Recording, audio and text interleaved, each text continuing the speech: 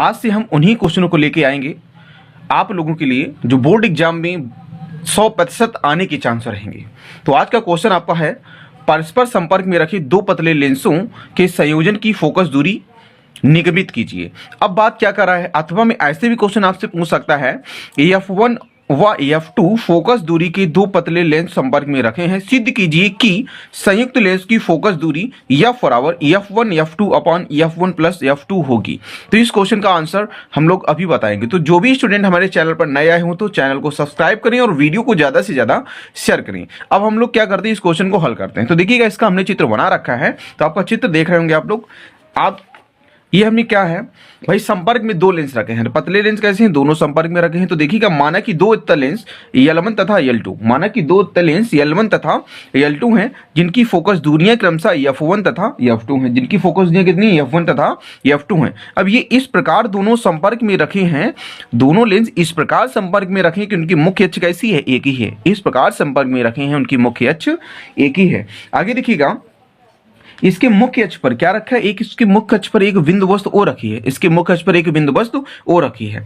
अब हमें क्या करना है, सबसे पहले हम लोग बात करते हैं इस लेंस से, इसके बाद में हम लोग बात करेंगे इस वाले लेंस से। सबसे पहले हम लेंस L1 से बात करेंगे, तो L1 से हम लोग ज्ञात करेंगे, फिर L2 से ज्ञात करेंगे भाई। तो देखिएगा, यदि लेंस L2 अनुपस्थित हो, तो मतलब ये वाला लेंस थोड़ी देर के लिए, जैसे ये वाला लेंस है ना, ये ना हो, यदि लेंस L2 अनुपस्थित हो तो लेंस L1 द्वारा बिंदु वस्तु O का प्रतिबिंब कहां बन जाता है, बिंदु I डैश पर बन जाता है, बिंदु I डैश पर बन जाता है। तो अब हम लोग क्या करते हैं, अतः लेंस की फोकस दूरी के सूत्र से। तो देखिएगा, हमने लिख रखा है भैया, अतः लेंस की फोकस दूरी के सूत्र से। तो यहाँ पे क्या है भैया, वस्तु की दूरी यहां से यहां तक की कितनी है, U है, और यहां से यहां तक के प्रतिबिंब की दूरी कितनी है, आपकी V डैश है। तो आगे हम लोग देखते हैं, तो अतः लेंस की फोकस दूरी के सूत्र से क्या हो जाएगा, 1/, सबसे पहले लेंस के लिए हम लोग क्या करेंगे, फोकस दूरी कितनी मानी थी हम लोगों ने, F1 मानी थी।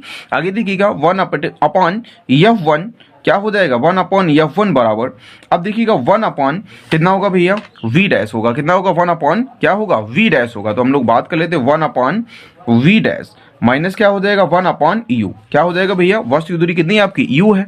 अब देखिएगा, माइनस कितना हो गया आपका, 1 अपॉन U हो गया है। तो देखिएगा, ये आपका क्या हो जाएगा भैया, ये आपका हो जाएगा समीकरण नंबर आपका हो जाएगा फर्स्ट, मतलब ये क्वेश्चन नंबर आपका हो गया फर्स्ट। अब देखिएगा आगे, यदि लेंस L2 भी उपस्थित हो तो, यदि लेंस L2 भी उपस्थित हो तो अब कंडीशन क्या हो जाएगा, जब लेंस L2 आपका उपस्थित होगा तो इसके द्वारा जो बिंदु वस्तु O का प्रतिबिंब होगा वो कंडीशन कहां पे आ जाएगी, आपकी I पर आ जाएगी। कहां पे आ जाएगी, I पर आ जाएगी। तो इसके लिए अब क्या होगा, इस लेंस के लिए जो I डैश है ना, इस लेंस के लिए I डैश क्या करेगा, आभासी वस्तु का कार्य करेगा, जिससे अंतिम प्रतिबिंब कहां पर बन जाता है, I पर बन जाता है। तो देखिएगा, इसके लिए हम लोग बात करते हैं अतः लेंस की फोकस दूरी के सूत्र से। तो इसके लिए क्या हो जाएगा भैया, इसके लिए आपका हो जाएगा, हमने नोट भी कर रखा है, देखिएगा, यदि लेंस L2 भी उपस्थित हो तो प्रतिबिंब I डैश इस लेंस के लिए आभासी वस्तु का कार्य करता है, जिससे अंतिम प्रतिबिंब I पर बन जाता है, अतः लेंस की फोकस दूरी के सूत्र से। तो यहाँ पे क्या हो जाएगा, 1/F2 हो जाएगा। तो 1/F2 बराबर, अब देखिएगा अंतिम प्रतिबिंब कहाँ पे बन रहा है, B पर बन रहा है। तो हम लोग क्या करेंगे, आपका हो जाएगा 1 अपॉन V हो जाएगा, माइनस क्या हो जाएगा, 1 अपॉन, ये क्या करता है, इसके लिए भी आभासी वस्तु का कार्य करता है, तो इसके लिए ये क्या होगा, 1 अपॉन आपका हो जाएगा V डैश। तो इसको हम लोग मानते हैं समीकरण नंबर 2। अब हम लोग देखिएगा ध्यान से, समीकरण 1 व 2 को जोड़ लेते हैं। तो यहाँ पे देखिएगा, समीकरण 1 में 1 अपॉन B डैश प्लस का है, 1 अपॉन B डैश माइनस का है। तो जब यहाँ पे माइनस समीकरण 1 व 2 को जोड़ने पर, तो देखिएगा समीकरण 1 व 2 को, समीकरण 1 व 2 को जोड़ने पर, अब हम लोग क्या करेंगे भैया, समीकरण 1 व 2 को जोड़ेंगे तो यहाँ पे क्या हो जाएगा, देखिएगा 1 अपॉन F1, और ये वाला जोड़ेंगे भाई 1 अपॉन F2, तो कितना हो जाएगा, 1 upon F1 plus 1 upon F2 बराबर। अब देखिएगा, ये प्लस का है और ये कितना है, माइनस का है। जब ये प्लस का है और ये माइनस का है तो ये कट जाएगा, तो कितना बचेगा आपका बचेगा 1/V माइनस 1/U। कितना बचा भैया, 1/V ये बचा, और 1/U आपका ये बचा किसका, माइनस का। अब देखिएगा, इसको हम लोग मान लेते हैं क्या, इसको हम लोग मानेंगे अब भैया समीकरण नंबर कितना मानते भैया, 3 मान लेते हैं। अब हमने क्या बात बताई, अब यहाँ पे सुनिएगा ध्यान से भैया, अब हम ऐसा करते हैं, हमने दोनों लेंसों के लिए फोकस दूरी ज्ञात कर ली। अब हम ऐसा करते हैं कि दो लेंसों के स्थान पर कैपिटल एफ फोकस दूरी का, मतलब जिसकी फोकस दूरी कैपिटल एफ हो, तो दोनों लेंसों के स्थान पर कैपिटल एफ फोकस दूरी का एक ऐसा लेंस रखते हैं जिसके द्वारा बिंदु वस्तु ओ का प्रतिबिंब कहां पे बने, आई पर बने। तो इसके लिए हम लोग बात करते हैं अतः लेंस की फोकस दूरी के सूत्र से। हमने नोट भी कर रखा, तो देखिएगा यदि दो लेंसों के स्थान पर कैपिटल एफ फोकस दूरी का एक ऐसा लेंस रखें जिसके द्वारा बिंदु वस्तु ओ का प्रतिबिंब आई पर बने अतः लेंस की फोकस दूरी के सूत्र से, तो क्या हो जाएगा भैया, कैपिटल एफ के लिए क्या हो जाएगा 1/एफ बराबर, अब बिंदु वस्तु ओ का प्रतिबिंब कहां बन रहा था, आई पर, तो देखिएगा क्या हो जाएगा 1/v माइनस क्या हो जाएगा 1/u हो जाएगा। तो देखिएगा कितना हो जाएगा भैया, क्या आपका हो जाएगा 1/v माइनस 1/u। इसको हम लोग मानते हैं समीकरण नंबर कितना मान लिया भैया, 4 मान लिया। अब हम लोग देखिएगा समीकरण 3/4 की तुलना कर लेते हैं, क्योंकि 1/v माइनस 1/u, फिर देखिएगा 1/v माइनस 1/u, तो इससे ये क्या होगा, कट जाएगा भैया। जब ये कट जाएगा तो आपका कितना आ जाएगा, समीकरण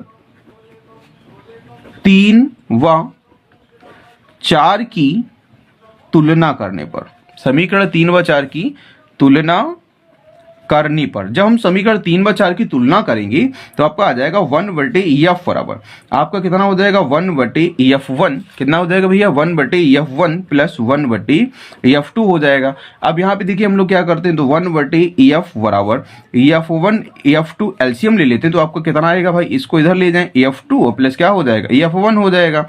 तो देखिएगा भैया क्या हो जाएगा आगे, फिर हम लोग बात करते हैं एफ बराबर, तो ये पलट जाएगा भाई f1, फिर कितना हो जाएगा आपका f2 हो जाएगा, अपॉन क्या हो जाएगा आपका, अपॉन हो जाएगा f1 प्लस f2। तो यही इस क्वेश्चन का आंसर होगा। तो देखिएगा हम लोग क्या करते हैं, फ्रिंज चौड़ाई ज्ञात करने के लिए हमने क्या किया है भैया, इसके लिए एक चित्र बना रखा है, आप लोग देख रहे होंगे, हमने यहाँ पे पॉइंट को कलर भी कर रखा है। तो देखिए यहाँ पे क्या है, माना कि स्लिट एस सी, आप लोग यहाँ पे एक स्लिट हमने यहाँ पे यस मानी है, यहाँ पे दो स्लिटें S1 और S2 हैं।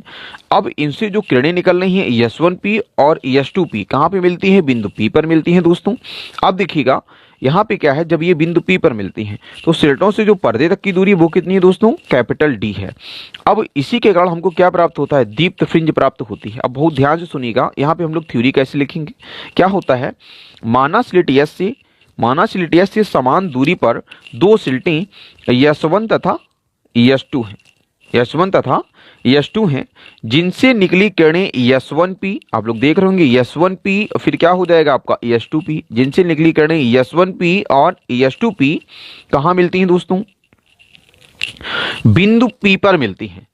जब ये बिंदु P पर मिलती हैं तो जिसके कारण हमें क्या प्राप्त होता है भैया, दीप्त फ्रिंज प्राप्त होती है। जिसके कारण हमें क्या प्राप्त होता है भैया, ये दीप्त फ्रिंज प्राप्त होती है, ये आपकी होगी दीप्त फ्रिंज प्राप्त होती है। तो देखिएगा भैया, माना स्लिट, जो स्लिट है ना आपकी, माना स्लिटों के जो बीच की दूरी है वो कितनी है आपकी, स्मॉल डी है। माना स्लिटों S1 व S2 के बीच की दूरी कितनी भैया, स्मॉल डी है। अब देखिएगा भैया, स्लिटों से जो पर्दे तक की दूरी है वो कितनी है आपकी, कैपिटल डी है। स्लिटों से पर्दे तक की दूरी आपकी कितनी है, कैपिटल डी है। अब देखिएगा भैया, स्लिट S1 से S2P पर, ये आपका S2P है, तो स्लिट S1 से S2P पर डाला गया लंब कितना है भैया, S1A है। S1 कितना है भैया, A है। तो यही जो हमने आपको अभी बताया है, यही हमने नोट भी कर रखा है। आप लोग देखिएगा, मुख्य पॉइंट इसमें भी हमने कलर कर रखे हैं। तो क्या है, माना स्लिट F से समान दूरी पर व समांतर S1 व S2 कितनी स्लिटें हैं, दो स्लिटें हैं, जिससे निकली किरणें S1P तथा S2P पर्दे के बिंदु कहाँ मिलती हैं, बिंदु P पर मिलती हैं, पर्दे के बिंदु P पर मिलती हैं। आगे देखो क्या बोल रहा है, जब पर्दे के बिंदु P पर ये मिलती हैं तो जिनके कारण हमें क्या प्राप्त होता है, दीप्त फ्रिंज प्राप्त होती है। अब देखिएगा भैया, माना कि स्लिटों S1 व S2 के बीच की दूरी कितनी है, स्मॉल d है, तथा स्लिटों से पर्दे तक की दूरी कितनी है, कैपिटल D है। अब देखिएगा, स्लिट S1 से S2P पर डाला गया लंब कितना हमने बताया था आपको, S1A है। तो देखिएगा, स्लिट S1 से डाला गया लंब कितना है आपका, स्लिट S1 से S2P पर डाले गया लंब कितना है, S1A है। अब हम लोग क्या करते हैं, इन किरणों के बीच भैया पथांतर ज्ञात कर लेते हैं। क्या करेंगे हम लोग, इन किरणों के बीच भैया पथांतर ज्ञात करते हैं। तो देखिएगा क्या होता है, इन किरणों के बीच पथांतर ज्ञात करने में एकदम इजी डेरिवेशन है, कुछ नहीं है, आपको 5 नंबर है, 100% श्योर देके जाएगा। तो देखिएगा, इन किरणों के बीच पथांतर, तो सबसे पहले आप लोग देखिएगा क्या करते हैं हम लोग, पथांतर हम लोग इनके बीच मान लेते हैं भैया कितना, हम मान लेते हैं भैया डेल्टा एक्स। कितना मान लिया भैया, डेल्टा एक्स। अब देखिएगा, सबसे बड़ी किरण यहाँ पे कौन सी है? आप लोग देख रहे होंगे सबसे बड़ी किरण है आपकी H2P। अब हम लोग क्या करेंगे, H2P से हम लोग करते हैं, H2P आपकी बड़ी है तो इसको हम लोग नोट कर लेते हैं। तो देखिएगा H2P। अब हम लोग क्या करते हैं, H2P आपकी बड़ी है तो इससे हम लोग ये वाली किरण घटा देते हैं। कितना है भैया, S1P माइनस क्या हो जाएगा, S1P। अब यहाँ पे बचा क्या आपका, यहाँ पे आपका बचा H2A। कितना बचा भैया, यहाँ पे आपका बचा है H2A, ये आपका हो गया H2A। आगे अब हम लोग क्या करते हैं, जब हमको ये पता हो गया ये कितना हो गया H2A, तो इसी को हम लोग क्या बोलते हैं, पथांतर। तो देखिएगा भैया यही आपका हो जाएगा पथांतर। क्या हो गया भैया, पथांतर। तो देखिएगा पथांतर बराबर हम लोग इसको लिख सकते हैं कितना, S2P माइनस S1P। कितना लिख लिया हमने, S2P माइनस S1P। तो इसको हम लोग मानते हैं भैया कितना, आपका समीकरण नंबर 1। कितना मान लिया हमने, आपका समीकरण नंबर 1। अब यहाँ पे हम लोग क्या करते हैं, देखिएगा यहाँ पे हम लोग दोस्तों ऐसा करते हैं, आप लोग चित्र देख ही रहे होंगे। तो इस चित्र में देखिएगा क्या है, S1 S2A कितना है, S1 S2A। फिर यहाँ पे एक त्रिभुज लेते हैं PCO, कितना PC और O ले लेते हैं। यहाँ पे जो आपका PC होगा वो किसके बराबर होगा भैया, वो आपका होगा CO के बराबर। तो यहाँ पे देखिए हम लोग S1 S2A और त्रिभुज PCO कैसे हैं आपके, ये समरूप त्रिभुज हैं। तो हम लोग ये जानते हैं ये कोण की सामने वाली भुजा कैसी होती है, लंब होती है। इस भी कोण के सामने वाली भुजा क्या होगी आपकी, लंब होगी। इसी वजह से हमने यहाँ पे कोण लिया है। तो देखिएगा हम लोग क्या करते हैं, नोट कर लेते हैं। देखो S1 S2A कितना है भैया, हमने आपको बताया था त्रिभुज S1 S2A तथा फिर त्रिभुज कितना था आपका, देखिएगा फिर त्रिभुज था आपका PCO। अब देखिएगा भैया PCO की बात करते हैं। PCO कैसे हैं आपके, समरूप त्रिभुज हैं, समरूप त्रिभुज हैं। ये आपके हो गए समरूप त्रिभुज हैं। अब हम लोग क्या करते हैं भैया, इसका हम लोग कर्ण देखते हैं। देखो कितना है, S1 S2 है तो देखिएगा हम लोग यही देखते हैं। तो ये आपका हो जाएगा S1 S2।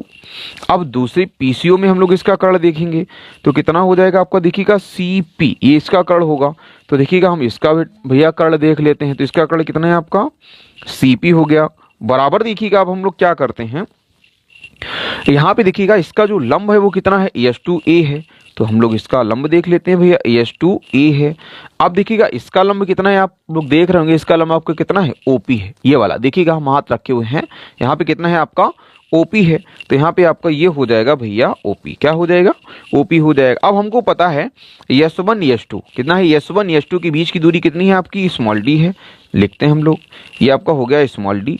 अब हमने आपको ये भी बताया था अभी, देखिएगा जो यहाँ पे हम लोग हमने बोला था जो ये CP कर्ण है वो किसके बराबर होगा, यहाँ पे आपके बराबर होगा CO के। तो देखिएगा यहाँ पे हम लोग नोट कर लेते हैं CP बराबर कितना है, CO है। तो दोस्तों हम लोग यहाँ पे क्या करते हैं, CP के जगह पे दोस्तों CO लिख लेते हैं। अब बराबर ये कितना है आपका S2A अपान कितना है, OP है। OP के बीच की दूरी कितनी है आपकी, X है। तो हम लोग ये भी नोट कर लेते हैं, OP के बीच की दूरी X हो गई। अब हमको पता चल गया CO, ये कितना है, CO है। तो यहाँ पे देखिएगा भैया बहुत ध्यान से, कितना है भैया, D अपॉन CO का मान। अगर हम CO देखेंगे तो यहाँ पे कितना दिख रहा है आपको, कैपिटल D। भाई ये जो है यही तो है दूरी, तो कितना हो जाएगा आपका, कैपिटल D हो जाएगा। तो यहाँ पे फिर कितना हो जाएगा, बराबर ये आपका हो जाएगा S2A अपॉन कितना हो जाएगा, X हो जाएगा। अब हम लोग दोस्तों क्या करते हैं, यहाँ से ये पथांतर ज्ञात, ये क्या होता है, पथांतर होता है। अभी हमने आपको बताया था S2A क्या है आपका, पथांतर है। तो पथांतर बराबर हमने लिखा भी है। तो यहाँ पे कितना हो जाएगा आपका, अगर हम S2A ज्ञात करते हैं, कितना S2A बराबर, तो यहाँ पे कितना आएगा भैया, इसका गुणा करेंगे और इसका हमने ऐसे ही कर रहे हैं। तो S2A बराबर हमको ज्ञात करना, तो आपका हो जाएगा XD अपान क्या हो जाएगा, कैपिटल D हो जाएगा। कितना हो जाएगा आपका, XD अपान कैपिटल D हो जाएगा। अगर हम बात करें समीकरण 1 से, तो देखिएगा यहाँ पे हम लोग समीकरण 1 से भी बात कर लेते हैं। तो समीकरण 1 से जब बात करेंगे तो S2A जो S2A होता है क्या है आपका, पथांतर होता है। तो यहाँ पे हम लोग देखेंगे पथांतर, क्या देखेंगे भैया, पथांतर बराबर कितना हो जाएगा, XD अपान कैपिटल D। कितना हो जाएगा आपका, XD अपान कैपिटल D। तो यहाँ पे ये आपका क्या निकल के आया भैया, पथांतर हमने ज्ञात कर लिया है। अब हम लोग क्या करते हैं भैया, हमने बोला था दीप्त फ्रिंज की स्थितियां प्राप्त होती हैं, हमने ज्ञात कर लिया XD/D। अब हमें दीप्त फ्रिंज की जब स्थितियां प्राप्त होती हैं तो हम लोग दीप्त फ्रिंजों की स्थितियां देख लेते हैं। तो दीप्त फ्रिंज जो प्राप्त होती है वो किससे हमको प्राप्त होती है, देखिएगा दीप्त फ्रिंजों की स्थितियां क्या हो जाएगा, संपोषी व्यतिकरण।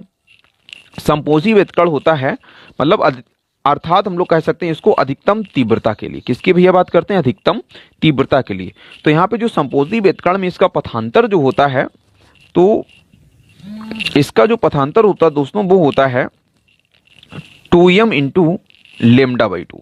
2m इंटू λ/2 मतलब समगुणज होता है। तो हम लोग क्या करेंगे, यहाँ से 2 को 2 से काट देते हैं, तो यहाँ पे जो आपका निकल के आएगा पथांतर वो आपका आएगा m लैम्डा। कितना आएगा भैया, m लैम्डा आएगा। जहाँ m बराबर होता है m बराबर 0, 1, 2, 3 डॉट डॉट डॉट, कितना होता है 0, 1, 2, 3 डॉट डॉट डॉट होता है। आगे हम लोग अगर दोस्तों बात करते हैं यहाँ पे, तो पथांतर जो आपका निकल के आया वो कितना आया, देखिएगा पथांतर बराबर आपका आ जाएगा m लैम्डा। कितना आ जाएगा भैया, पथांतर बराबर आपका आ जाएगा m लैम्डा आ जाएगा। अब हम लोग क्या करते हैं यहाँ पे, देखिएगा हम लोग बात करते हैं AMB दीप्त फ्रिंज के लिए पथांतर, AMB दीप्त फ्रिंज के लिए।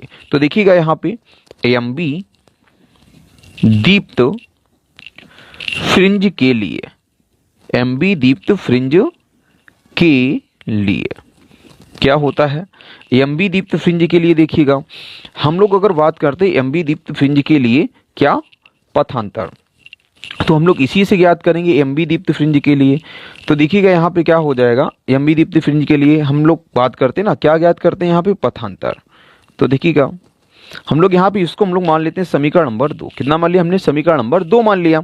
अब यहाँ पे जो हम AMB दीप्त फ्रिंज के लिए पथांतर ज्ञात करेंगे, तो यहाँ पे देखिएगा आपका हो जाएगा, कितना हो जाएगा, इसी जगह पे आपका कितना हो जाएगा, आपका XM कितना हो जाएगा भैया, XM हो जाएगा, फिर कितना हो जाएगा स्मॉल d हो जाएगा, फिर अपॉन कितना हो जाएगा आपका कैपिटल D। इसको हम लोग मान लेते हैं समीकरण नंबर 3 मान लिया।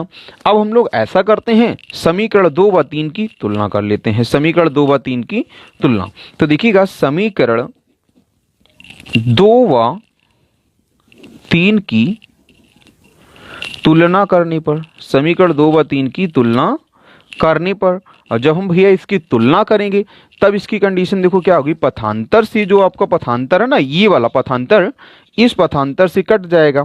जब ये कट जाएगा तो वहाँ पे कितना आएगा आपका, यहाँ पे आएगा आपका m लैम्डा बराबर XCM स्मॉल d अपॉन हो जाएगा कैपिटल D। हमें ज्ञात क्या करना होगा, हमें यहाँ पे ज्ञात करना होगा XCM। क्या ज्ञात करना होगा, XCM ज्ञात करना होगा। तो जब हम यहाँ पे XCM बराबर ज्ञात करेंगे तो ये आपका हो जाएगा m लैम्डा d अपॉन आपका हो जाएगा स्मॉल d, अपॉन आपका कितना हो जाएगा स्मॉल d।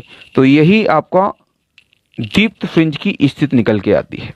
क्या निकल के आती है, दीप्त फ्रिंज की स्थिति निकल के आती है। अगर हम ज्ञात करना चाहें अदीप्त फ्रिंज के लिए, तो यहाँ पे हमें इसी प्रकार फर्स्ट अदीप्त प्राप्त होता है, सेकेंड अदीप्त प्राप्त होता है। जहाँ पे जो m का मान है, जहाँ देखिएगा यहाँ पर भी जहाँ m बराबर कितना है 0 है, 1 है, 2 है, 3 है, 4 है, तो डॉट डॉट डॉट यहाँ पर भी हमको प्राप्त होता है। अगर हम यहाँ पे इसका मान 0 रखेंगे तो केंद्रीय दीप्त फ्रिंज प्राप्त होगा। अगर हम यहाँ पे मान 1 रखेंगे तो फर्स्ट दीप्त प्राप्त होगा। अगर हम यहाँ पे मान 2 रखेंगे तो सेकंड दीप्त प्राप्त होगा। 3 रखें तो थर्ड दीप्त फ्रिंज हमको प्राप्त होती है। अगर हम 4 रखेंगे यहाँ पे मान दोस्तों, तो यहाँ पे क्या हो जाएगा, हमें चतुर्थ दीप्त फ्रिंज प्राप्त हो जाएगी। अब हमें क्या करना है, हमने यहाँ पे दीप्त फ्रिंज की स्थिति भी ज्ञात, अब हमको ज्ञात करना है फ्रिंज चौड़ाई क्या होता है।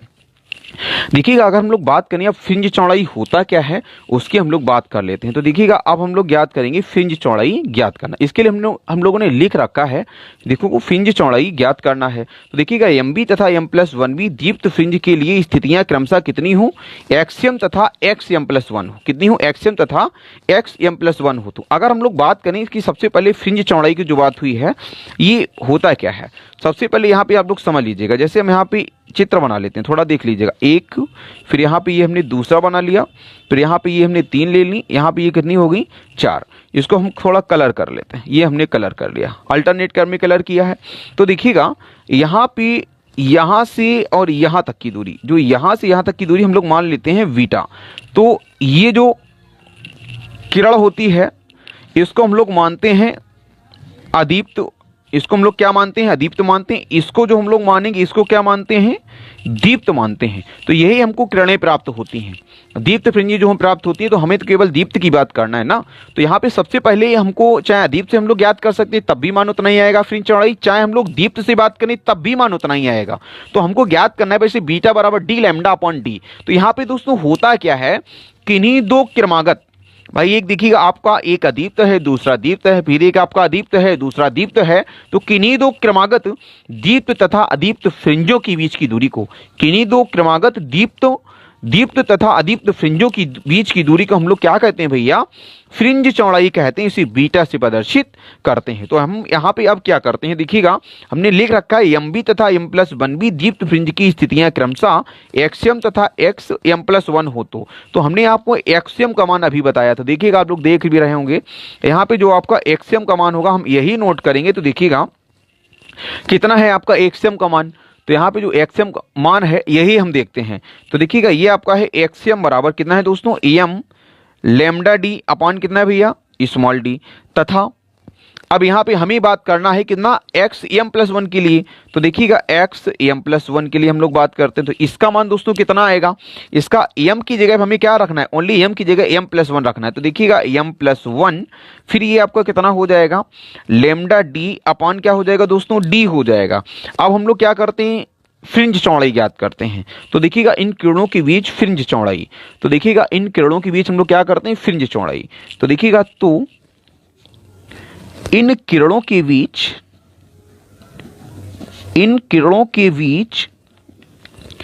फ्रिंज चौड़ाई, इन किरणों के बीच हम लोग फ्रिंज चौड़ाई की अगर बात करते हैं तो होता क्या है, सबसे बड़ी तो बात ये है ना, हमने अभी आपको बताया था किससे हम लोग प्रदर्शित करते हैं भैया, इसको हम लोग बीटा से प्रदर्शित करते हैं। तो बीटा बराबर यहाँ पे कितना हो जाएगा, तो ये आपका हो जाएगा बीटा बराबर कितना हो जाएगा भैया, देखिएगा बीटा बराबर जो आपका मान हो जाएगा वो आपका हो जाएगा, सबसे बड़ा मान यहाँ पे कितना है, एक्स एम प्लस वन। अगर हम यहाँ पे एक मान रखेंगे तो एक्स वन आएगा, यहाँ पे कितना आ जाएगा, एक मान रखेंगे तो दो आ जाएगा। तो यहाँ पे आपका हम सबसे बड़ा मान है आपका एक्स एम प्लस वन। इससे हम लोग क्या करते हैं, ये वाला मान घटा देते हैं।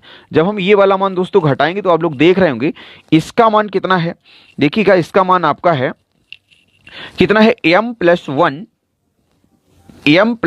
लेमडा डी अपान कितना हो जाएगा, स्मॉल डी माइनस इतना, इसका कितना है एम लेमडा डी, देखिएगा एम लेमडा डी अपान कितना हो जाएगा, स्मॉल डी। अब हम क्या करते हैं, इसका इसमें गुणा कर लेते हैं, किसका किसमें गुणा करेंगे, लेमडा डी का एम प्लस वन में गुणा करते हैं तो कितना हो जाएगा, तो देखिएगा ये आपका हो जाएगा एम लेमडा डी, कितना हो जाएगा एम लेमडा डी प्लस कितना हो जाएगा आपका लेमडा डी हो जाएगा, अपॉन हम कर लेते हैं डी, माइनस देखिएगा कितना है एम लेमडा डी अपॉन कितना हो जाएगा आपका डी हो जाएगा। अब देखिएगा यहाँ पे हम लोग इन दोनों पद अलग अलग लिख लेते हैं, कैसे, जैसे अगर लिखा हो 2 + 3/4 तो इसको हम लोग लिख सकते हैं कितना, 2/4 लिख सकते हैं, प्लस कितना हो जाएगा 3/4 लिख सकते हैं। तो इसको भी हम लोग अलग अलग लिख लेते हैं। तो ये कितना हो जाएगा आपका M lambda D upon D हो जाएगा, प्लस कितना आएगा लेमडा डी अपॉन डी। अब देखिएगा माइनस कितना है एम लेमडा डी, कितना है भैया एम लेमडा डी अपॉन कितना है आपका डी है। अब यहाँ पे देखिएगा यह पॉजिटिव है मतलब धनात्मक है, यह कैसा है ऋणात्मक है। तो आपका केवल मान कितना बचा है, लेमडा डी अपॉन डी। तो यहाँ पे जो आपको बीटा का मान दोस्तों प्राप्त हुआ है वो कितना प्राप्त हुआ है आपको, एम लेमडा डी, यहाँ पे सॉरी यहाँ पे जो ओनली आपको जो बीटा का मान प्राप्त हुआ है ये तो आपका कैंसिल हो गया था। तो यहाँ पे जो आपको मान प्राप्त हुआ है केवल बीटा का मान प्राप्त हुआ। तो यहाँ पे हम लोग को दोस्तों को जो बीटा का मान प्राप्त हुआ वो आपका प्राप्त हुआ लेमडा डी अपॉन कितना हो जाएगा आपका स्मॉल डी। तो यही दोस्तों हमको सिद्ध करना था।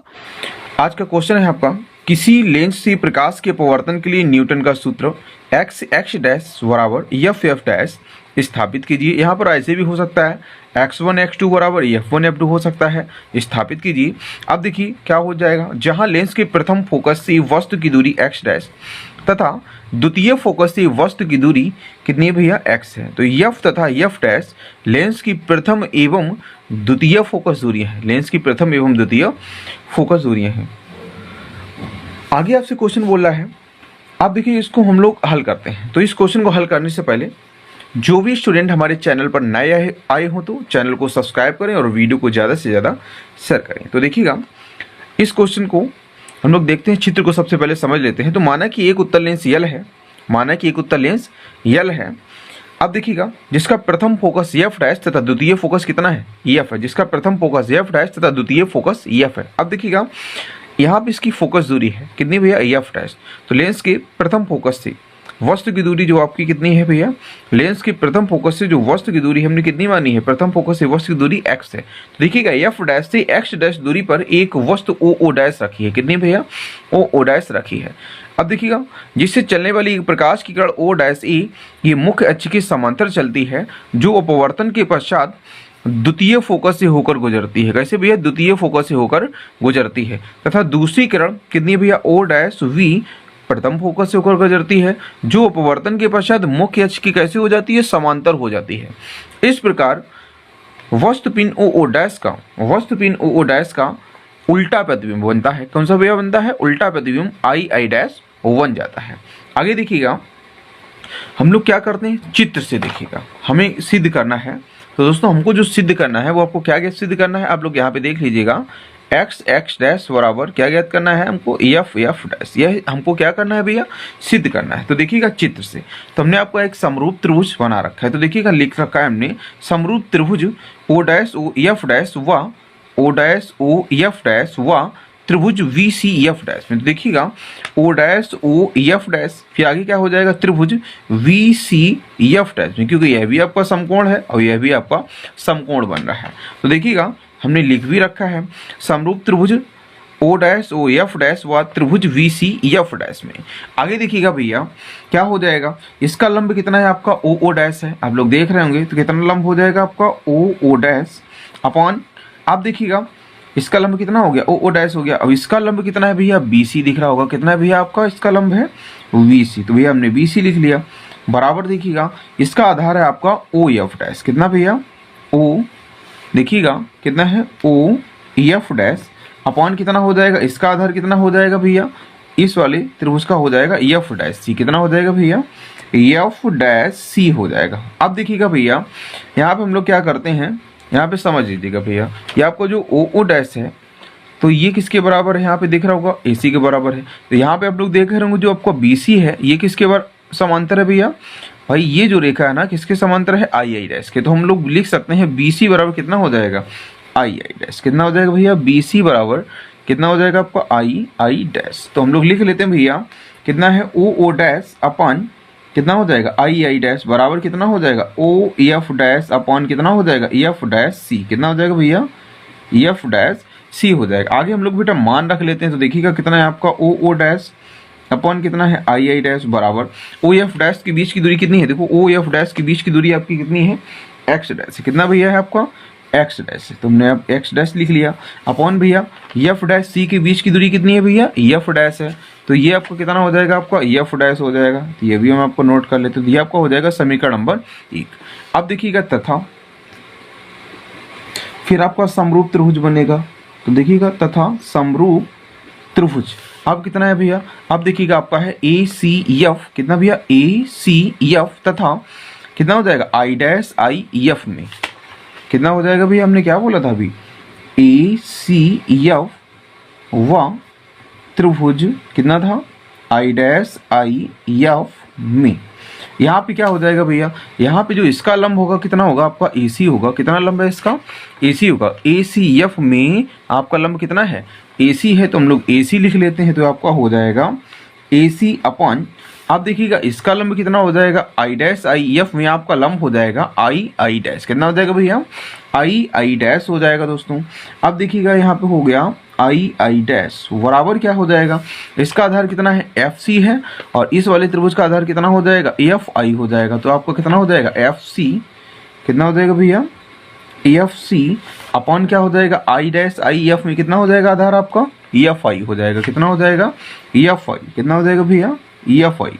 आगे अभी हमने आपको बताया था कि यह जो रेखा होगी वो किसके समांतर है ओ डैश के। भाई ए सी ये आपका चतुर्भुज बन रहा है, देखो ए सी ओ डैश, तो मतलब ए सी जो है किसके समांतर है आपके ओ डैश के। तो यहाँ पे क्या हो जाएगा ए सी बराबर आपका हो जाएगा ओ डैश। तो मतलब हम लोग लिख लेते हैं कितना ए सी बराबर हो जाएगा ओ डैश अपॉन क्या हो जाएगा आई डैश बराबर क्या हो जाएगा। अब देखिएगा हम लोग मान रख लेते हैं एफ सी का मान कितना है, एफ सी का मान आपको एफ दे रहा है अब देखिएगा एफ सी का मान हम लोग लिख लेते हैं। तो एफ सी का मान कितना है आपका, एफ है अपॉन एफ आई का मान जो है यहाँ से द्वितीय फोकस से इसका जो मान है एफ आई के बीच की दूरी कितनी है भैया, एक्स है। तो यहाँ पर हम लोग एक्स लिख लेते हैं, तो आपका हो जाएगा एक्स। तो इसको हम लोग मानते हैं समीकरण नंबर 2। कितना माना भैया, समीकरण नंबर 2। अब हम लोग क्या करते हैं, समीकरण 1 व 2 से देख रहे होंगे आप लोग O dash upon I I dash, ये भी आपका है O dash upon I I dash. तो हम लोग तुलना कर लेते हैं समीकरण 1 व 2 से। तो देखिएगा समीकरण 1 व 2 से, तो समीकरण 1 व 2 से क्या हो जाएगा दोस्तों, समीकरण 1 व 2 से भाई इससे ये जो है ना ये वाला, ये कितना है आपका O dash upon I I dash, ये भी आपको दिख रहा होगा O dash upon I I dash. क्या होगा भैया, बराबर रखेंगे तो ये इससे कट जाएगा, तो आपका कितना बचेगा भैया, आपका बचेगा एक्स डैश अपॉन आपका बचेगा एफ डैश। यहाँ पे कितना बचेगा भैया, एफ अपॉन कितना रह जाएगा एक्स। तो हम लोग क्या करें यहाँ पे भैया त्रियक गुणा कर लेते हैं। अब देखिएगा जब त्रियक गुणा करेंगे तो आपको कितना आ जाएगा भैया, एक्स एक्स डैश बराबर कितना हो जाएगा आपका एफ एफ डैश। तो यही इस क्वेश्चन का क्या होगा भैया, आंसर होगा। क्या टॉपिक लिया है वो हम आपको बताते हैं। हाइगेन्स की द्वितीयक तरंगिकाओं के सिद्धांत के आधार पर किसकी व्याख्या करना है, अपवर्तन की व्याख्या। और यहाँ पे देखिएगा इसके लिए हमने क्या किया है, एक चित्र बना रखा है। आप लोग देख रहे होंगे ये हमने आपका एक चित्र बना रखा है। तो आप लोग देख रहे हैं क्या कि यहाँ पे एक हमने यस बिंदु लिया है, यहाँ पे क्या है यस डैश है। तो यहाँ पे जो यस डैश है यह दो माध्यमों का सीमा पृष्ठ है, क्योंकि यहाँ पे हमने एक माध्यम ये लिया है और दूसरा माध्यम आपका यह है। यहाँ पे हमने लिख भी रखा है माध्यम 1। तो यहाँ पे आप लोग देख रहे होंगे यह माध्यम आपका कौन सा है, 2 है। तो यहाँ पे देखिएगा यस यस डैश दो माध्यमों का सीमा पृष्ठ है, जिस पर तरंगाग्र AV, ये A और V, जिस पर तरंगाग्र AV ये वाला देख रहे हैं ना आप लोग सीधे, जिस पर तरंगाग्र AV तिरछा आपतित हो रहा है, जिस पर तरंगाग्र AV तिरछा आपतित हो रहा है। अब यहाँ पे देखिएगा जैसे जैसे तरंगाग्र आगे बढ़ता है, जैसे यहाँ से फिर आगे जाएगा, तो जैसे जैसे तरंगाग्र आगे बढ़ता है वह बिंदु A व A डैश से टकराता जाता है।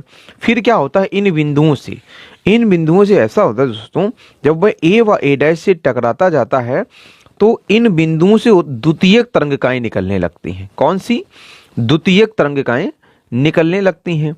अब देखिएगा जो हम लोग अगर बात करें जो दूसरे माध्यम में, पहला माध्यम ये हो गया जब इन बिंदुओं से द्वितीयक तरंगिकाएं निकलती हैं, तो यहाँ पे क्या होता है, तो जो दूसरे माध्यम में प्रकाश की चाल से चलती हैं, दूसरे माध्यम में प्रकाश की चाल से चलती हैं। तो देखिएगा माना कोई, हम लोग मान लेते हैं, माना कोई तरंगाग्र बिंदु वी ए डैश से बिंदु बी ए डैश तक पहुंचने में कितना समय लेता है, तो यहां से यहां तक पहुंचने में ओनली टी समय लेता है। कितना लेता है, टी समय लेता है। और यहाँ पे देखिएगा ए बी डैश की हम लोग अगर बात करें तो ए बी डैश के लिए भी इसका समय कितना हो जाएगा आपका, बी टू टी हो जाएगा। कितना हो जाएगा, वी टू टी हो जाएगा।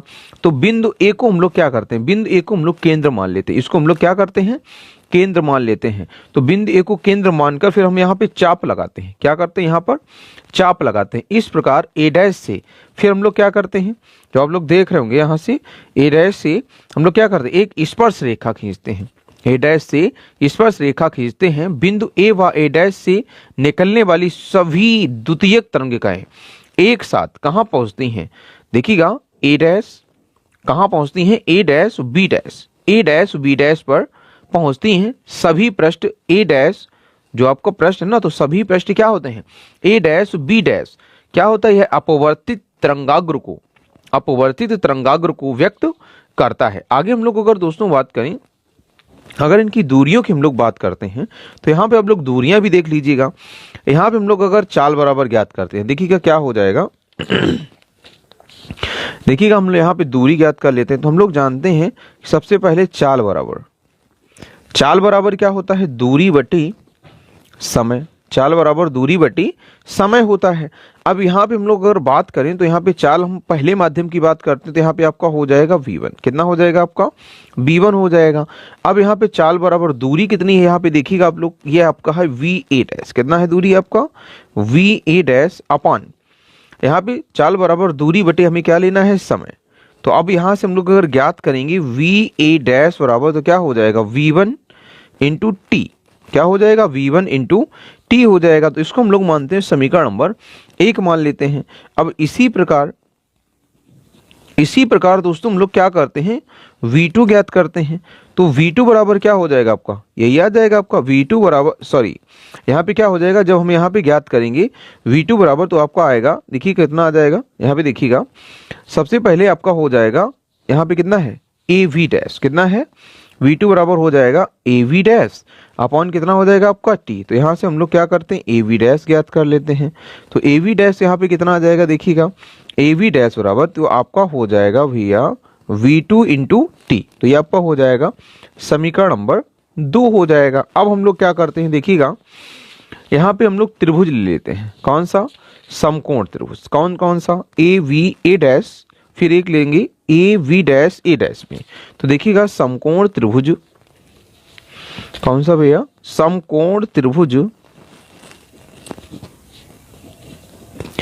AVA डैश में, समकोण त्रिभुज AVA डैश में। तो यहाँ पे हम सबसे पहले लेते हैं, देखो AVA डैश में, तो यहाँ पे हम आई कोण लेते हैं। तो यहाँ पे क्या हो जाएगा, देखिए हम लोग साइन की बात करते हैं, किससे, साइन। तो यहाँ पे क्या हो जाएगा, देखिएगा साइन आई बराबर क्या होता है, लंब बटे कर्ण। यहाँ पे ये लंब है, ये क्या है आपका, लंब है, VA डैश क्या है, लंब है, यहाँ पर AV डैश आपका लंब है। तो हम लोग क्या करते हैं, VA डैश ये आपका लंब है, तो हम लोग लिख लेते हैं कितना है भैया, VA डैश अपान कर्ण कितना है, AA डैश। यहाँ पे इसकी बात कर लेते हैं, तो AA डैश कितना हो गया, AA डैश हो गया। अब यहाँ पे क्या है भैया, जब ये A डैश हो गया, तो इसको हम लोग क्या करते हैं, इसको मानते हैं समीकरण नंबर 3 मान लेते हैं। कितना मान लिया, समीकरण नंबर 3। अब देखिएगा भैया, तथा अब हम लोग कौन से त्रिभुज की बात करते हैं, ये आपका है AVA डैश में, समकोण त्रिभुज AVA डैश में। तो देखिएगा समकोण त्रिभुज AV डैश A डैश, यही होगा, देखो AV डैश A डैश है ना। तो AV डैश A डैश में यहाँ पे कोण कितना है आपका, R है। तो यहाँ पे देखिए हम लोग फिर बात करते हैं, तो ये आपका हो जाएगा साइन R बराबर, यहाँ पे लंब कितना है, AV डैश, देखिएगा कितना है, AV डैश अपान क्या हो जाएगा आपका, AA डैश। इसको हम लोग मानते हैं समीकरण नंबर 4। अब हम लोग क्या करते हैं, यहाँ पे समीकरण 3 में 4 का भाग दे देते हैं। तो यहाँ पे आपका हो जाएगा समीकरण 3 में समीकरण 4 का भाग देने पर, समीकरण 3 में समीकरण 4 का भाग देने पर, तो यहाँ पे आपका आएगा फिर क्या, ये आपका हो जाएगा साइन आई, फिर ये हो जाएगा आपका साइन आर बराबर, यहाँ पे कितना है देखिएगा, VA डैश अपॉन कितना है फिर आपका AA डैश। यहाँ पे क्या होगा दोस्तों, ये फिर अंश में पहुंच जाएगा, तो AA डैश अपॉन आपका हो जाएगा AV डैश। तो यहाँ पे क्या कट रहा है आपका, AA dash AA dash cut रहा है। तो यहाँ पे फिर कितना बचा आपका बचा साइन आई, फिर यहाँ पे कितना बच रहा है साइन आई अपॉन आपका बच रहा है साइन आर बराबर कितना बचा भैया, VA dash upon AV dash. आप लोग देख रहे होंगे यहाँ पे VA डैश बराबर कितना है, V1 इंटू टी है, और AV डैश बराबर V2 इंटू टी है। तो यहाँ पे क्या हो जाएगा आपका sine I upon sine R बराबर, यहाँ पे जो मान आपका आएगा ये आपका कितना आएगा, V1 इंटू टी, यहाँ पे कितना हो जाएगा V2 इंटू टी। तो यहाँ पे क्या कट रहा है, T से T ये कट गया।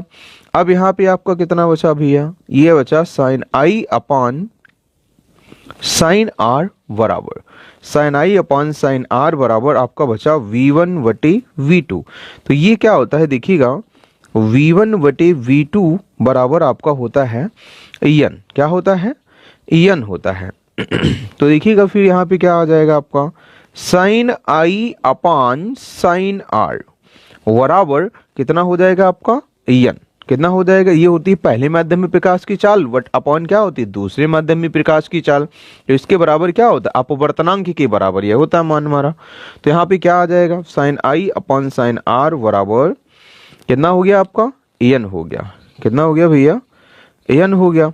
जब यहाँ पे n हो गया है, अब हम लोग क्या करते हैं भैया, यह क्या होता है, यह है हमें पता है अपवर्तन का, यह है अपवर्तन का कौन सा नियम है, यह अपवर्तन का जो भी नियम हो आप लोग हमें कमेंट बॉक्स में जरूर बताएं। तो यह अपवर्तन के हम आपको बता दें, यह अपवर्तन का द्वितीय नियम होता है। कौन सा नियम होता है?